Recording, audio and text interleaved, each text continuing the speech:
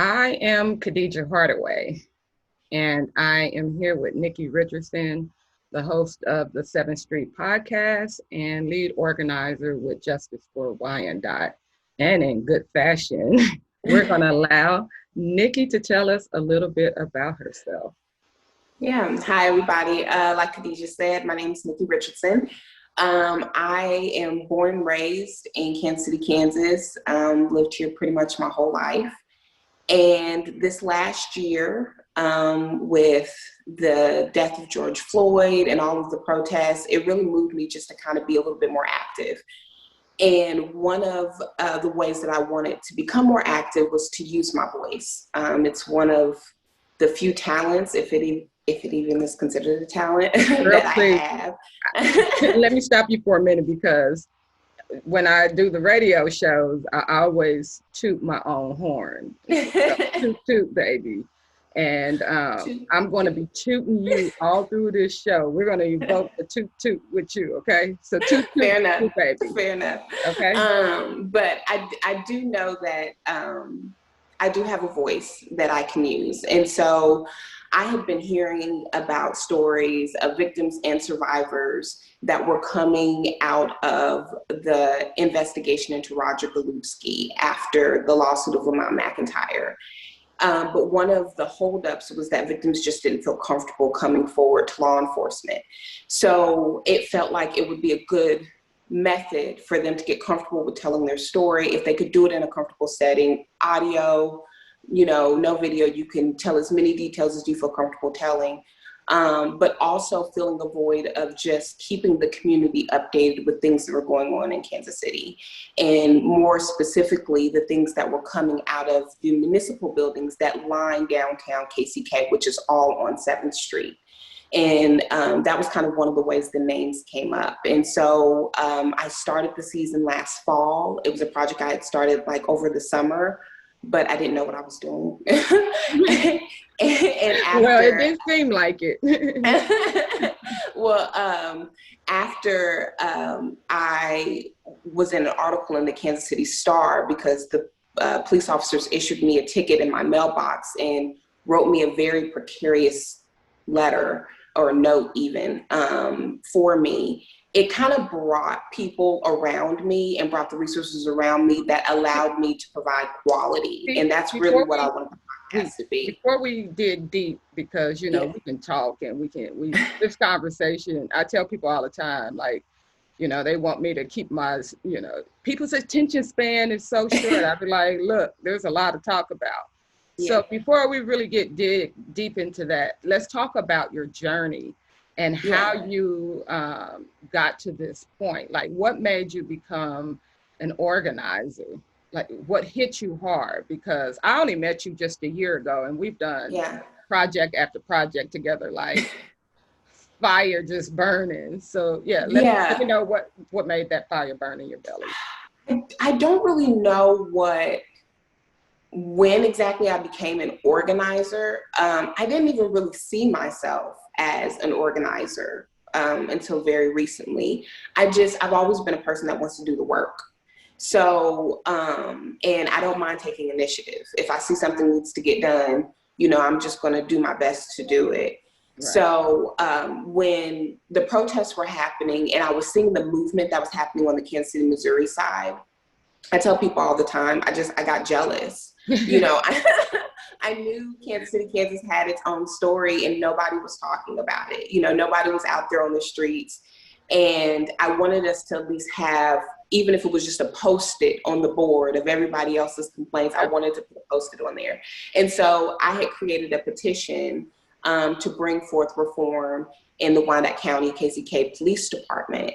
And it was something that I had thought up in the morning and posted in the afternoon. I've never done a petition before.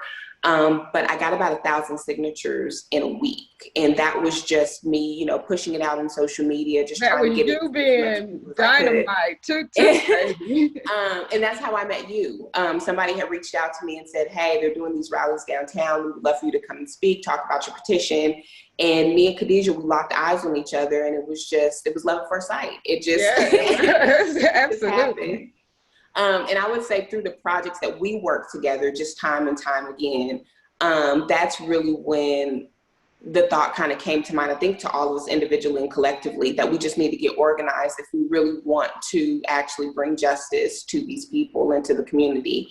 And then thus became Justice for Wyandotte, and I was the lead organizer. It just kind of happened.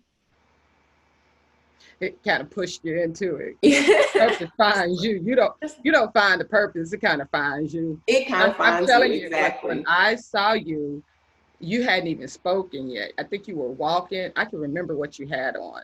You had on like a brown, kind of rustic looking tank top shirt, like crop top with some light blue jeans. And I think you had on some like, almost like Jesus sandals. I can't remember the sandals quite, but I was like, there was a vision of God that just like, almost like a door opened in the world for me when I saw you. I was like, hey, she's for me. and there it seemed to be so much opposition against us being together and clicking. Yeah. And I was like, no, that is a ray of sunshine in my life, and I'm gravitating toward that sunshine. And I'm glad, we acted on what we radiated and seen, wasn't afraid of it. You know what I mean? Because a lot of times what people see in us, they kind of run away from, or we get a little flack for it. Let's talk about the 7th Street podcast and some of the stories that you've had, and the people, the victims. I know I've listened to each one of them, and I've cried through every one of them. I mean, I've heard stories personally, and not all of them have made me cry, even when I heard the individual tell them, because, we try to be so strong, and we try to hold this line where we're the people that they lean on. Right. But when you tell the story in such a way, in such a charismatic way, that I think it really resonates with people's soul. I mean, at least for me, I can't speak for everyone. So let's talk about it. What goes through your mind when you're actually listening to these people, if it's breaking me down and everybody else? It's probably one of the hardest things that I've done. I want to give just the facts. I want it to be, well researched. And so, I have to look at all of this information. I have to read the news articles. I have to look at the autopsy reports. And it's tough just reading, but it doesn't even compare to how tough it is to actually listen to the family members. And when I'm talking with them and I'm getting the information and I'm hearing the pain 10, 15, 20 years, I mean, it's if it happened literally just yesterday. I mean, it's hard listening to it, even while we're recording at times. I know when Nico was telling her story about her experience and about her sister Stacy and what happened to her, it was tough. It was tough to listen to. Tell us a little bit about Nico, because you mentioned Lamont's case, and so that people can know how she connects. Yeah, so Nico Quinn was a witness to the homicide of her cousins, Donald Ewing and Donnie Quinn. And that was the double homicide that Lamont McIntyre was wrongfully convicted for. And how his wrongful conviction came about, amongst a lot of other different things, was the false testimony of Nico Quinn. Nico was threatened by the prosecutor, Tara Moorhead, to basically lie on the stand. On earth. Calling her that. That's in print, the most evil woman on earth. Okay. The prosecutor threatened Nico and threatened to take her kids away if she didn't do what they wanted her to do, which was to name Lamont as the killer. And that is something that is just guilt that Nico's just never been able to just kind of get over. And she immediately tried to come forward. She tried to come forward during the trial, after the trial, trying to say, hey, that's not the guy. And she was harassed because of that. She was harassed by the community. She was harassed by the police. And she's pretty much just felt like she's been on the run her entire life. Her family's from here. and her sister was murdered under suspicious circumstances as well. And Nico feels really, really strongly that it's linked to the harassment that she's been dealing with the police department. And Stacey Quinn fits a lot of the profiles of a lot of the women that went missing in that area that were being investigated by Roger Golubsky and the people in his homicide squad. And so those are the cold cases that we're trying to bring to attention, because KCKPD doesn't have a cold case unit that's looking into this unless there's more information, which I just find to be unacceptable. So what I want people to know is that, you know, through the 7th Street podcast and Justice for Wyandotte pushing for victims to come forward, there have been people coming forward, and we know that there are hundreds of more people that need to come forward. And so we're asking that you come forward. Yeah. You can go to Broadway Church KC and you can take a look at the articles. You can Google Lamont McIntyre and you can look at his lawsuit. It lists at least 10 officers by name as defendants on that lawsuit. And this is a civil lawsuit that's taking place against the unified government. It's available for you to read. Affidavits, you can find those online and read those as well. I want people to be very educated so that they understand that justice can be served in Wyandotte, but you have to make yourself knowledgeable and you have to be a part of the process. So Nico, tell them how they can listen to the 7th Street podcast. Where can they go? Yeah. So the first season is out. We wrapped up in March. It will be back in the fall with season 2. But you can find it on pretty much all of your preferred streaming platforms. It's on Apple Podcasts, Google Podcasts, Spotify. Just search for the 7th Street Podcast. And you'll see our little yellow 7th Street logo, and you can listen to it in small bits. You can binge it all.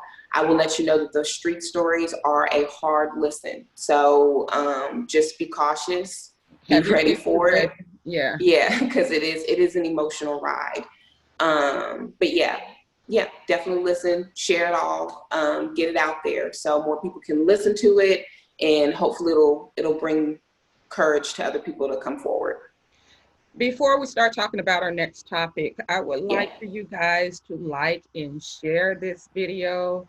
Also go and look at What's Up KC, see what's going on there. There is a lot of things going on. There's a basketball coming up with South Suburban basketball tournament. And just be looking for me, you know, to be interviewing some very prominent, powerful people, not just in Missouri and Kansas, but throughout the states.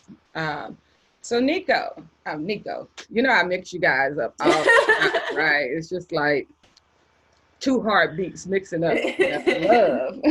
Well, anyway, Nikki, let's move into talking about some of the things that we saw a need to change, like what the unified government does to keep the corruption going, the cover up, and what that has pushed you to do with our voter registration campaign. Can we talk about that a little bit? Yeah. So there's a systematic issue within Wyandotte County that's really clear if you start digging into it.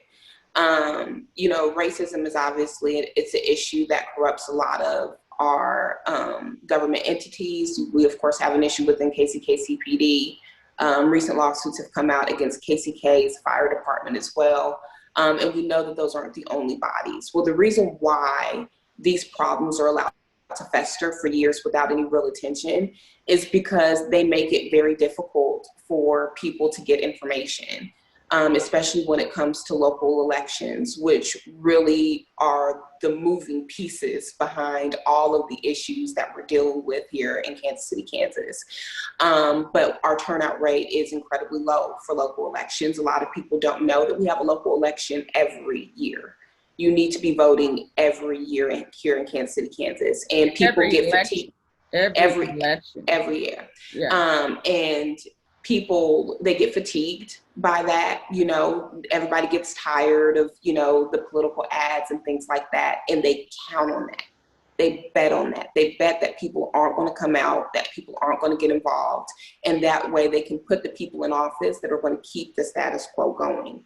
the only way that we are going to really see change is by making sure you're registered to vote, going out there and putting the people in office that are actually going to do that. It's kind of like prayer without works doesn't work. It's like Exactly. you can fill out the voter registration form, but if you don't make the Gotta get action out there. to vote, then what are you doing? You know, it makes no sense. So what are we currently working on when it comes to this campaign? Yeah, so Justice for Wyandotte is starting an initiative called Connecting the Dot. And it will focus on different things, you know, each year based off of what the community needs. But this year we have a very important local election. The mayor's seat is open, the sheriff's seat is open, commissioner seats are open, BPU, the school board, things that really make up our community. And we have a goal to increase that turnout rate by any way that we can. So we have started a Facebook page to help people become more informed about the local election, who's running, what are they running for, what do these office seats even do within the community. A lot of people don't know that. Understanding where you live and what that means to the local election. Where you live matters.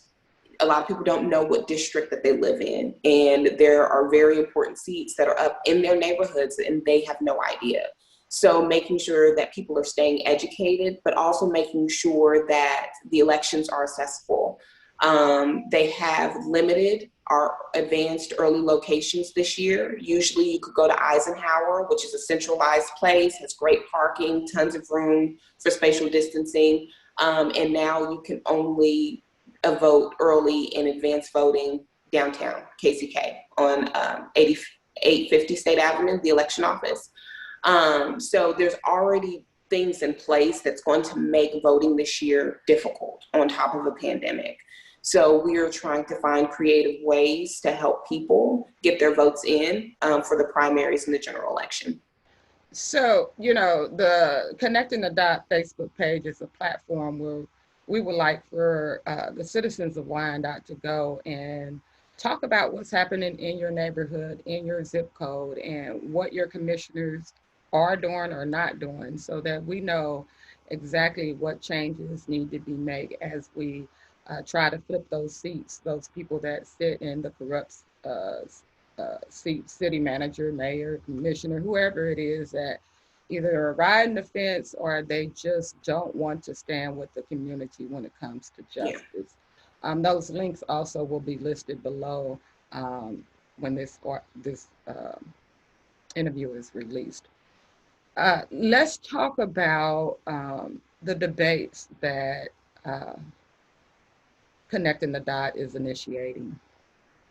Yeah, so one of the aspects that we're trying to do is increase more political forums where candidates can kind of come together and talk about their positions on certain topics. We are working with local organizations, local churches to bring that about, to try to have enough of these virtual forums for people to attend to for the primaries and the general election. Because we know, it's going to be hard for people to really kind of want to go out and be in an enclosed space. So we wanted to offer something virtually, and we know that that might be difficult for some organizations who've never had to deal with the virtual space. The pandemic really kind of put us all on our head in that aspect. And so we're offering it as a space where if you'd like to sponsor one of those forums, you can reach out to us and we can assist you with that virtual setup. So what are some of the ways that people can help with connecting the dot? Yeah. Either by volunteering or what have you. Yeah, definitely volunteering. If you just really want to get involved with Justice for Wyandotte or any of our associated projects, definitely just reach out to us. You can also donate. You can go to Broadway Church and you can send a donation. Right now, if you're donating $30 or more, it comes with a Connecting the Dot t-shirt, so you can kind of have something. The shirt? Yeah. Okay. Yeah. I'll be right back. But the t-shirt is just really kind of a great way for you to show your support for Justice for Wyandotte. I think And this then is, on the back, it has the logo for connecting the dot. yeah, this is a And split. that just, I mean, yeah. a 1X. And that just kind of lets everybody know that you are down for community engagement, and just wanting to make sure that we all stay connected and that you're supporting the movement You and can't see projects that of color Justice really for good. Can you see that that's Wyandotte. yellow? So, I and like that. yeah, Yellow's my color. yeah, the zip codes are color coded so that it's easy for you to find who your commissioner is and identify where your issues and problems are. Yeah. Yeah, one of the ways that we're trying to educate people about what commissioner district that they live in is associating it to their zip code. Everybody knows what their zip code is, but they might not know what their commissioner district is. And some districts, they span across many zip codes. So if you go to the Connecting the Dot Facebook page, you can actually use an app that's provided by the Unified Government, punch in your address, and it'll let you know what district you live in and who your current commissioner is. But yeah, that's one of the ways that you can support. Also, just share and like our Facebook pages, Justice for Wyandotte, Connecting the Dot, the 7th Street Podcast, just sharing and getting the word out to as many people. We'll be out this summer. We're going to be doing rallies and protests and events. You can always just kind of stay in the loop and come and join us. Just, people power. Once we unify and we get together as a collective mass, that's when we're really going to start to see some incredible change. So, Justice for Wyandotte is currently advocating for a federal investigation into the Kansas City, Kansas Police Department to investigate their police practicing and patterns, but more importantly, to investigate the cold cases. There is a running list of at least 20 women that have concrete documents that they have been murdered and the police department was somehow connected, allegedly. And I have to use that word allegedly for legal purposes, right. But we know that there is a strong connection, and so we will be rallying. Just look for all of this information to be coming on the Connecting the Dot page, Justice for Wyandotte, Broadway Church KC page, and our Facebook page, Justice for Wyandotte, and in various other places that host Wyandotte information. We want to say thank you to all of those people who allow us to share our content on your pages. I know that sometimes we can be overwhelming, but our goal is really to seek justice. We have no other purpose but to make sure that Wyandotte becomes a community that can sustain itself by the people, for the people, right? Which leads me to talk about, at the core, why we came together is really because looking at all of these victims and what they're going through, it cripples them. They have no ability really to sustain themselves. They still suffer from the trauma, the PTSD. And so, and this comes from us hearing those stories directly, right? And actually participating with them in their home life, them inviting us in to let us know what they're experiencing. Our goal at the heart of what we do is to help these victims and survivors sustain themselves through therapy, through referrals for housing and things that help subsidize their utility bills, their rent, so that they can present themselves in the court of law as whole people who are ready to move forward with healing. And so that brings us to the topic of the Spiritual Sister Circle.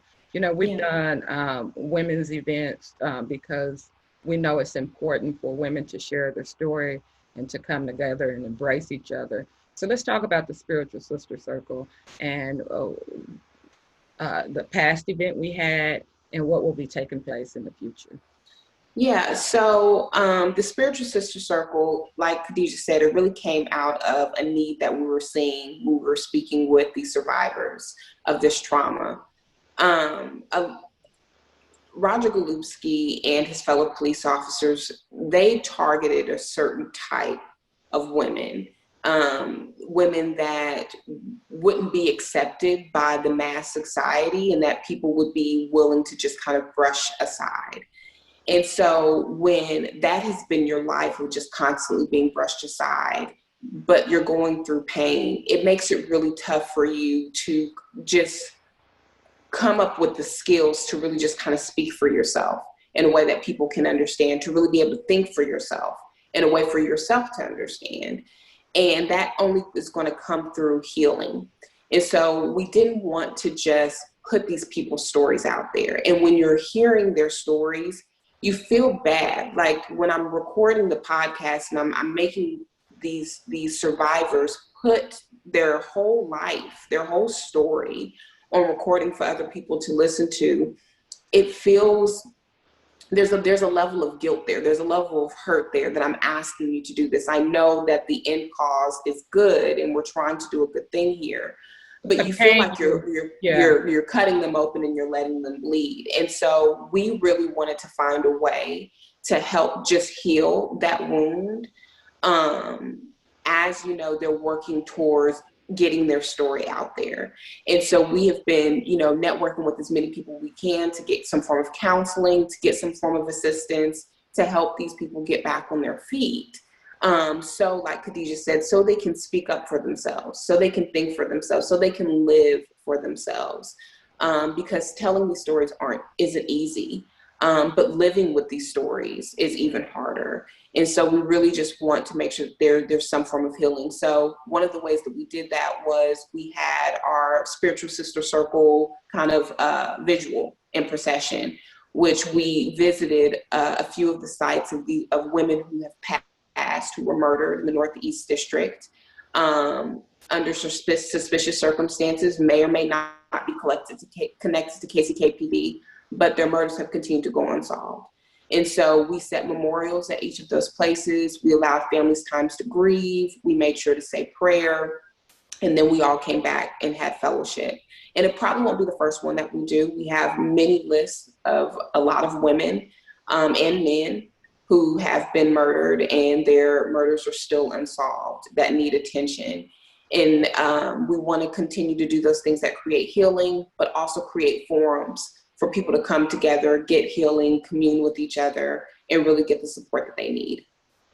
One of the things that a lot of the survivors have mentioned about getting justice is that they have a hard time finding legal representation in Wyandotte County. No one will go up against the police department.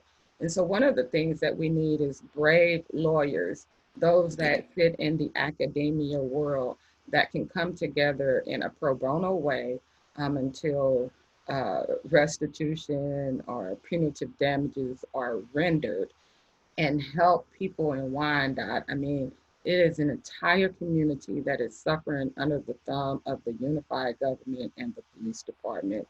And I think that it takes brave souls in order to do that. So I'm just asking, will there be 1, 2, 3, or 4?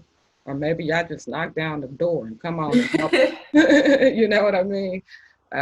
We're not lawyers. We're just ordinary people. I've been a hairstylist all my life. Just to give you a little background, Nikki works 2 jobs. One's to support the 7th Street podcast, as well as some of the other things connected to Connecting the Dot. I have deemed myself not a hairstylist, but I do pick up little odd ends and jobs so that I can help to support Justice for Wyandotte. And I am not working. So we're just asking that you guys understand that we're doing this because we were called to it, and that it is also your duty to help us with this calling. We can't do it alone. And I'm going to leave it just as that, in all the confidence that God said, put it there. Nikki, let's just maybe end the conversation with what you want the victims and survivors to know as we continue to have stories come forward. What can give them the strength or empower them to tell their story right now for legal prosecution against the Kansas Police Department? And I think the biggest thing that I would like to let the survivors know is that you're not alone. You might be even surprised how many people that there are, because I know I've had a lot of communications with different people who I know have no connections to each other one way or another. So you're not the only one. So don't feel like you're alone. Don't feel like, this is just you and there's not going to be other people there that can relate to you. There is going to be a need for brave souls to come forward, because what is going to end up happening or going to need to happen is not just individual lawsuits, but an entire class action.